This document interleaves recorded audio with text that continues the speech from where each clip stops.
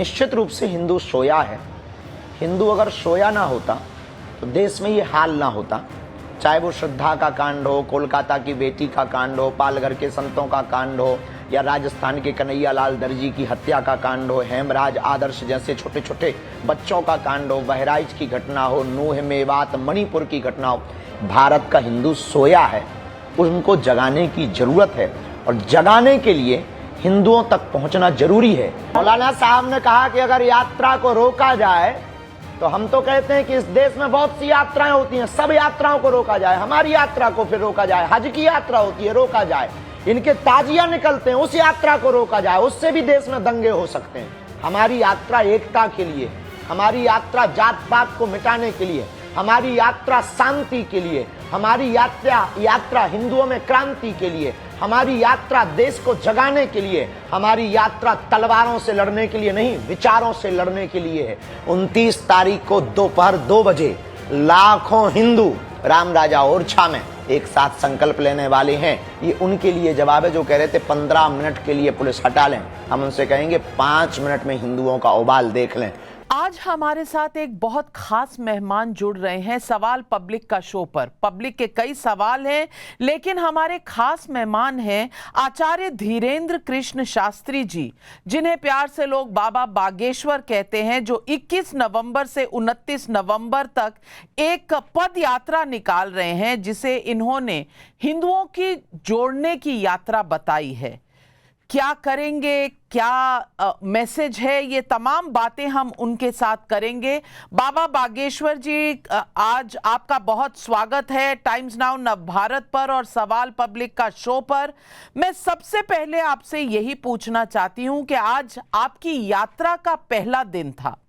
आज 9 दिन की जो ये हिंदू जागरण यात्रा आप निकाल रहे हैं, हिंदू क्या सोए हुए थे, पब्लिक पूछ रही है, जो आप यात्रा निकालकर उन्हें जागृत कर रहे हैं। आपके इस जागरण का मतलब क्या है? बहुत बहुत धन्यवाद, आपका भी बहुत बहुत धन्यवाद, आपके सभी दर्शकों का। निश्चित रूप से हिंदू सोया है। हिंदू अगर सोया ना होता तो देश में ये हाल ना होता। चाहे वो श्रद्धा का कांड हो, कोलकाता की बेटी का कांड हो, पालघर के संतों का कांड हो, या राजस्थान के कन्हैया लाल दर्जी की हत्या का कांड हो, हेमराज आदर्श जैसे छोटे छोटे बच्चों का कांड हो, बहराइच की घटना हो, नूह मेवात मणिपुर की घटना हो।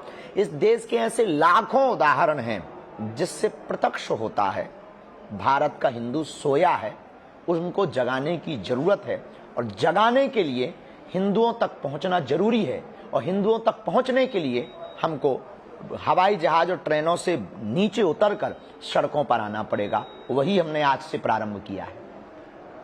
मैं आपसे पूछना चाहती हूं कि आपके आश्रम में तो लाखों भक्त आते हैं, आप उनके बीच में अपनी बात रख सकते हैं, लेकिन 160 किलोमीटर की यात्रा करना हिंदू जागरण के लिए आपके विरोधी कह रहे हैं कि आप धार्मिक कम राजनीतिक ज्यादा हो गए हैं, इसीलिए ये यात्रा कर रहे हैं। क्या जवाब देंगे उन्हें?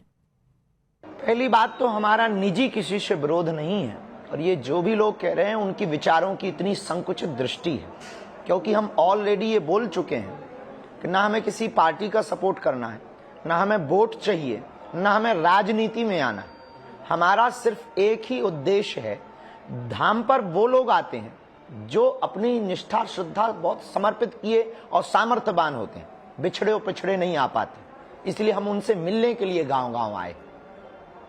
लेकिन आपकी सभा में जो भीड़ आती हुई दिख रही है, उससे हड़कंप मचा हुआ है। ये भीड़ खुद से आई है या निमंत्रण देकर जुटाई गई है, जैसा आपके विरोधी फिर से ये आरोप लगा रहे हैं?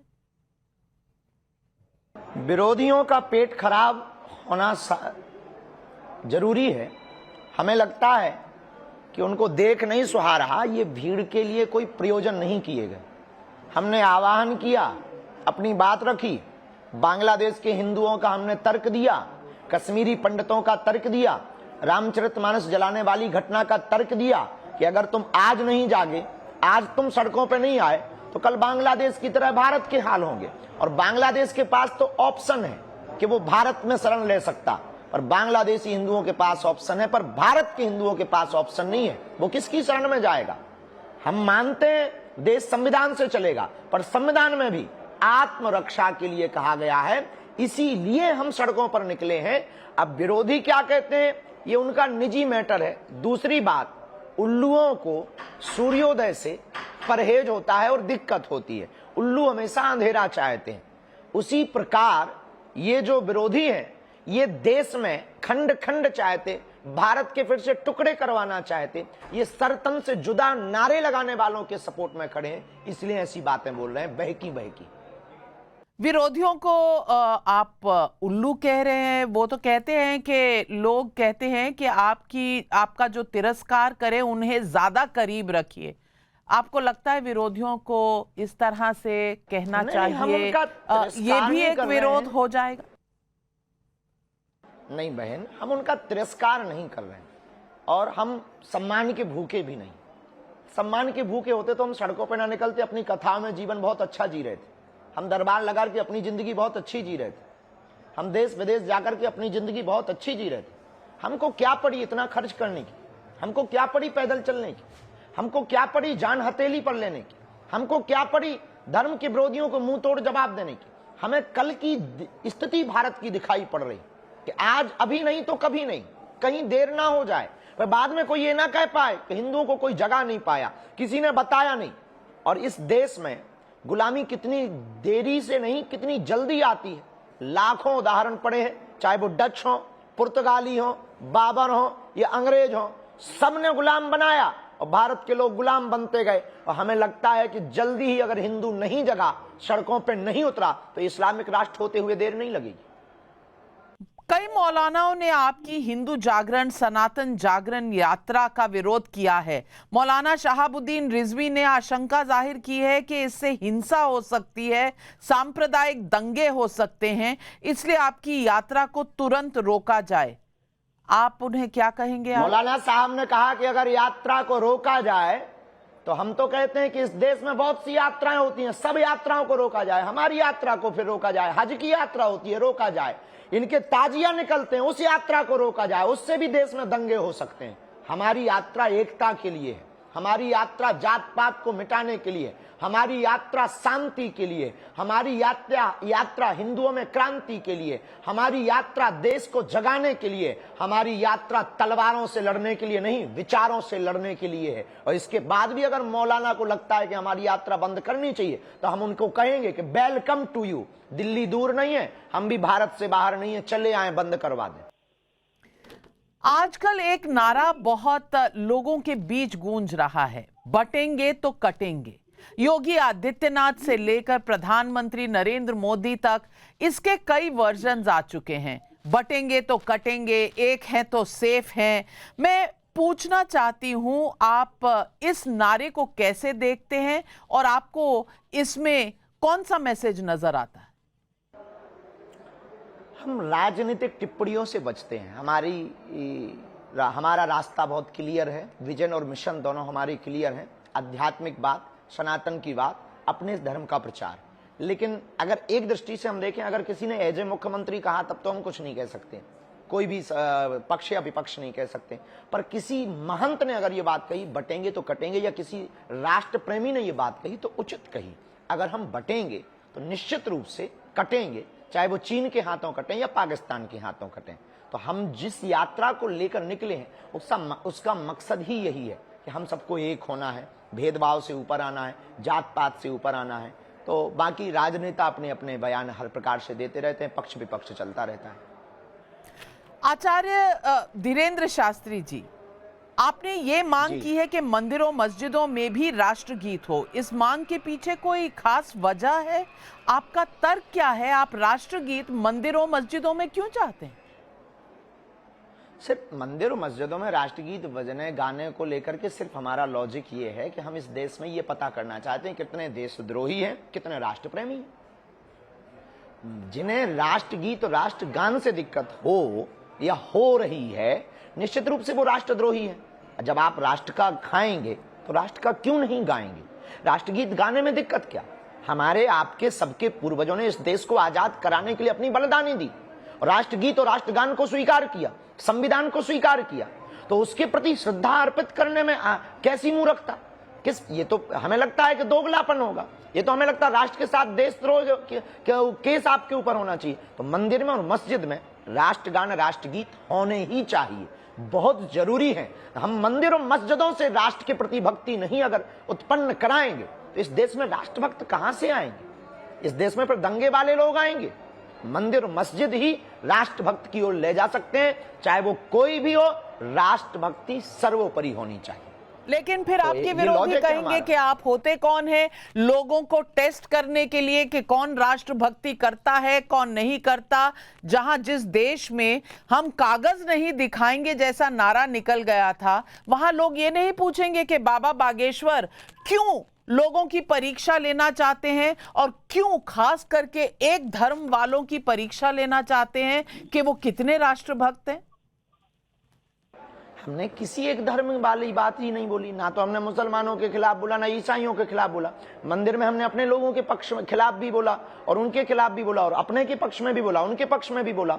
दूसरी बात, हम कोई होते नहीं है, ये तो तय है। ना हम इस देश का कानून है, ना हम कोई पॉलिटिक्स वाले हैं, ना हमारे हाथ में सरकार है, ना हम सत्ता के आदमी हैं, ये तो तय है। और ये भी बात आपने सही कही कि हम कौन होते टेस्ट होने लेने वाले, पर हम ये भी कहना चाहते कि फिर वो कौन होते हैं जो देश को गालियां देते हैं, वो कौन होते हैं जो भारत तेरे टुकड़े होंगे ये नारा देते हैं, फिर वो कौन होते हैं जो बाबा बागेश्वर की परीक्षा लेते हैं, फिर वो कौन होते हैं जो दीपावली पर ज्ञान देते हैं, फिर वो कौन होते हैं जो होली पर ज्ञान देते हैं। अगर उनको ये अधिकार है तो हमको भी आप ये अधिकार इस भारत में बोलने का और राष्ट्र प्रेम के प्रति जगाने का। प्रत्येक संविधान के तहत प्रत्येक व्यक्ति का अधिकार है कि अपने राष्ट्र की चर्चा करें, राष्ट्र गीत राष्ट्रगान के प्रति लोगों को जागरूक करें, राष्ट्रभक्ति के लिए लोगों को जगाएं। ये सबको अधिकार है। हम होते कोई नहीं है, पर इस देश के नागरिक तो हैं, इस देश का खाते तो हैं, इस देश में रहते तो हैं, तो हम भारतीय हैं। तो निश्चित रूप से हमें यह अधिकार है कि राष्ट्र प्रेम के प्रति लोगों को जगाएं और जिनको दिक्कत हो वो ना गाएं, भारत छोड़ के चले जाएं।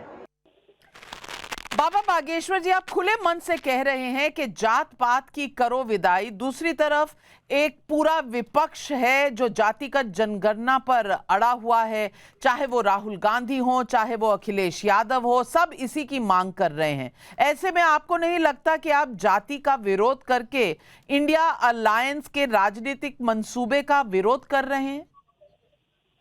नहीं, वो उनका पॉलिटिकली बात है। हम ये बातें बहुत दिनों से बोल रहे हैं। हम हिंदुओं को एक होने की बात बोल रहे हैं, ना तो हमें किसी को वोट दिलवानी है ना सत्ता पानी। दूसरी बात, हम उनका विरोध क्यों करेंगे, वो भी हमारे साथ है। आज जब यात्रा प्रारंभ हुई तो आपके यहाँ पत्रकार भी थे, उन्होंने शायद देखा हो, उस विजुअल को लिया हो। कांग्रेस के भी पूर्व मंत्री आए थे, वो भी यात्रा में प्रारंभ में ही सम्मिलित रहे। बीजेपी के लोग भी आए, आगे सपा बसपा के लोग भी आ रहे हैं। हम सबके हैं, धर्म किसी एक का नहीं, हिंदुत्व किसी एक का नहीं, सनातन किसी एक का नहीं, भारत किसी एक का नहीं, भारत सबका है। हम सिर्फ भारत की बात, हम उनके खिलाफ क्यों होंगे, हमें उनसे क्या बैर है, वो अपनी बात पॉलिटिकली करें। हमने ये जो बात की है हम सिर्फ इसलिए करना चाहते कि इस जात पात और भेदभाव के चक्कर में जो आपस में अपनी ऊर्जा का क्षरण कर रहे हैं, खत्म कर रहे हैं, इससे देश उज्जवल नहीं हो रहा। शिक्षा पर प्रभाव पड़ रहा, बच्चों पर प्रभाव पड़ रहा, क्षेत्रों में दंगे हो रहे हैं। इस देश में दंगा होने की बजाय, बच्चों के हाथों में तलवार होने की बजाय कापी और किताब होनी चाहिए। स्वास्थ्य की व्यवस्थाएं डगमगाई हुई हैं, इस पर बात होनी चाहिए, विकास की बात होनी चाहिए। हमारा उद्देश्य सिर्फ इतना है। इसलिए हम जात पात में एक करके हिंदुओं को एक नई दिशा ये देना चाहते कि अगर आपको अपनी कल्चर को, संस्कृति को सुरक्षित रखना है, आपस में अपनी ऊर्जा को खत्म मत करो। हमें अभी बड़ी बड़ी ताकतों से लड़ना है, देशद्रोही ताकतों से लड़ना है। ये ऊर्जा लगानी है तो देश के विकास में लगाओ। हमारा ये उद्देश्य है जात पात को एक करने का, बाकी हमारा कोई राजनीतिक उद्देश्य नहीं। बाबा बागेश्वर, कुछ संत कह रहे हैं कि वक्फ बोर्ड के उलट दूसरी तरफ सनातन बोर्ड आना चाहिए। उस समय ऐसी मांग आ रही है जब वक्फ बोर्ड को ही खत्म करने की बात हो रही है। सनातन बोर्ड की जरूरत है क्या? देखिए, एक देश में एक संविधान है। अब एक देश के संविधान के कानून के हिसाब से दो प्रकार की व्यवस्था निश्चित रूप से देश के कानून को कई बार चुनौती, सुप्रीम कोर्ट को चुनौती देती। उनका अलग कोर्ट है, वो भी तो इस देश के नागरिक है, उनका अलग कोर्ट क्यों हो? 2005 तक महज कुछ एकड़ जमीन थी, 2024 तक 8.5 लाख एकड़ जमीन होगी। उन्होंने यहां तक कह दिया कि ये पार्लियामेंट हमारी वक्फ बोर्ड की भूमि पर है। कल के दिन वो तिरुपति बालाजी और हमारे बागेश्वर धाम कह देंगे कि वक्फ बोर्ड की प्रॉपर्टी, हम तो मर जाएंगे। तो या तो सनातन बोर्ड हो या ये बोर्ड खत्म हो। तो जो साधु कह रहे हैं वो ठीक कह रहे हैं, अनुचित नहीं कह रहे हैं कि हम भी तो इस देश के हैं, हम भी तो इस देश में रहते हैं, हमने भी तो संविधान स्वीकार किया है। फिर उनको ही इतनी प्रायोरिटी क्यों, उनको ही इतनी प्राथमिकता क्यों, उनको ही इतनी सुविधाएं क्यों, हमको क्यों नहीं? हमारे तो आप मंदिरों को अपने संरक्षण में लिए, मस्जिदें तो एक भी आपके संरक्षण में नहीं। या तो मस्जिदों को भी ले लो, एक मस्जिद लेके बताओ, या फिर हमारे मंदिरों को छोड़ दो। सीधा सा सिद्धांत है सनातन बोर्ड का। तो हमें नहीं लगता कि ये साधु महात्मा गलत बोल रहे हैं, बहुत ठीक बोल रहे हैं। आपने हाल ही में कहा कि हिंदुओं के भी ज्यादा बच्चे होने चाहिए। अब पब्लिक का सवाल है, यहाँ एक बच्चा पालने में इतना खर्चा होता है, इतने ज्यादा बच्चे कैसे कोई पाल पाएगा? पब्लिक के इस सवाल का जवाब देखिए, जहां पर भी संघर्ष होता है वहां क्रांति होती है, जहां पर भी भूख होती है वहां व्यवस्था होती है। ऐसा आज तक दुनिया में कोई नहीं है जो भूखों मरा हो। हाँ, गरीबी है, अत्यधिक जनसंख्या से व्यवस्थाएं चरमराएंगी, बिल्कुल, पर जनसंख्या विस्फोट भी तो कर रही। और हिंदुओं के एक बच्चे से, 2 बच्चे से जनसंख्या नहीं रुकनी है, उनके 30 बच्चे हो रहे हैं, वो बड़ी विस्फोट कर रहे हैं। और हम अपने परिवार को कम करते जा रहे हैं, बच्चे 2 ही अच्छे, बच्चे 1 ही अच्छे, हम तो सिंगल ही रहेंगे, हमें बच्चे ही चाहिए ही नहीं। इस चक्कर में वो अपना वोट बैंक बना रहे हैं। कल तुम्हारी भतीजी नाती पोतियों पर वो अत्याचार करेंगे, व्यभिचार करेंगे, राज करेंगे, और तुम सिर्फ इस चक्कर में अपने बच्चे पैदा नहीं करोगे कि जनसंख्या ज्यादा ना हो जाए। अब वो इस चक्कर में बच्चे ज्यादा पैदा कर रहे हैं कि ताकि उनका वोट बैंक और जनसंख्या ज्यादा हो जाए। इस देश में एक या तो लॉ हो, बच्चे 2 ही अच्छे, फिर उनके भी उनके, वरना ये लॉ ना हो कि हमारे लिए तो कहते आप बच्चे 2 ही अच्छे और चच्चे के 30 क्यों बच्चे। सवाल ने कहा है जी, सवाल कुछ लोग ये भी कहते हैं कि आप हिंदू राष्ट्र बनाना चाहते हैं, आप बार बार मंच से ये कहते हैं, लेकिन दूसरी तरफ एक वर्ग है, ओवैसी साहब हैं, जो 15 मिनट वाली बात कहकर व्यंग करते हैं, ताना देते हैं। इन दोनों के बीच में कौन सा ज्यादा भड़काऊ है, ये तय करना पब्लिक के लिए मुश्किल है। देखिए, भड़काऊ भाषण उसे कहते हैं जिससे दंगा भड़के। हमारे हिंदू राष्ट्र की बात पर हमने कभी ये नहीं कहा कि तलवारें उठानी, हमने ये नहीं कहा कि अधिकार मांगना, क्योंकि हमें कागज में हिंदू राष्ट्र नहीं चाहिए, लोगों के विचारों में हिंदू राष्ट्र चाहिए, लोगों के दिलों में हिंदू राष्ट्र चाहिए, सजगता चाहिए, कायरता हिंदू छोड़ दें, डरपोकपना हिंदू छोड़ दे, हिंदू बुजदिल ना हो, हिंदू एक हो, हिंदुओं को जरूरत पड़े तो वो रोडों पर हो, सड़कों पर हो, हिंदुओं को जरूरत पड़े तो वो दिल्ली में हो। हमारा उद्देश्य सिर्फ इतना है, हिंदू राष्ट्र का मतलब हमारा दंगा नहीं, हिंदू राष्ट्र का मतलब हमारा कागजों में नहीं, हिंदू राष्ट्र का मतलब किसी को भगाना नहीं, हिंदू राष्ट्र का मतलब किसी को मारना नहीं। हिंदू राष्ट्र का मतलब है कि इस देश में रहने वाले हिंदुओं को कम से कम प्रथम स्थान, प्राथमिकता तो दी जाए। हाँ, सबके लिए समान है, बिल्कुल, संविधान ने सबके लिए समानता दी है, बिल्कुल, पर इसका मतलब ये नहीं है कि कोई राम की यात्रा पर पत्थर फेंके, इसका मतलब ये नहीं है कि गाय की पूंछ काट करके हनुमान जी पर चढ़ाए जाए, इसका मतलब ये नहीं है कि पश्चिम बंगाल में दुर्गा पंडालों में आग लगाई जाए। फिर हिंदुस्तान का मतलब क्या, हिंदुओं के राष्ट्र का क्या मतलब, और राम के राष्ट्र का मतलब क्या? इससे भला तो पाकिस्तान ठीक है, कम से कम वहां हिंदू रामचरितमानस तो पढ़ लेते हैं, सत्यनारायण की कथा तो पढ़ लेते हैं, कम से कम ये तय तो है कि इस्लामिक राष्ट्र है। बाबा बागेश्वर जी, जाने से पहले बस आखिरी में एक सवाल आपसे पूछूंगी। आप कह रहे हैं हिंदुओं के बच्चे ज्यादा होने चाहिए, इस हिसाब से आपका शादी के बारे में क्या विचार रहेगा? कुछ आप भी योगदान देंगे कि नहीं? बहन, हम शादी तो करेंगे और इस भारत में जनसंख्या के लिए योगदान देंगे। तो कब तक कर रहे हैं आप?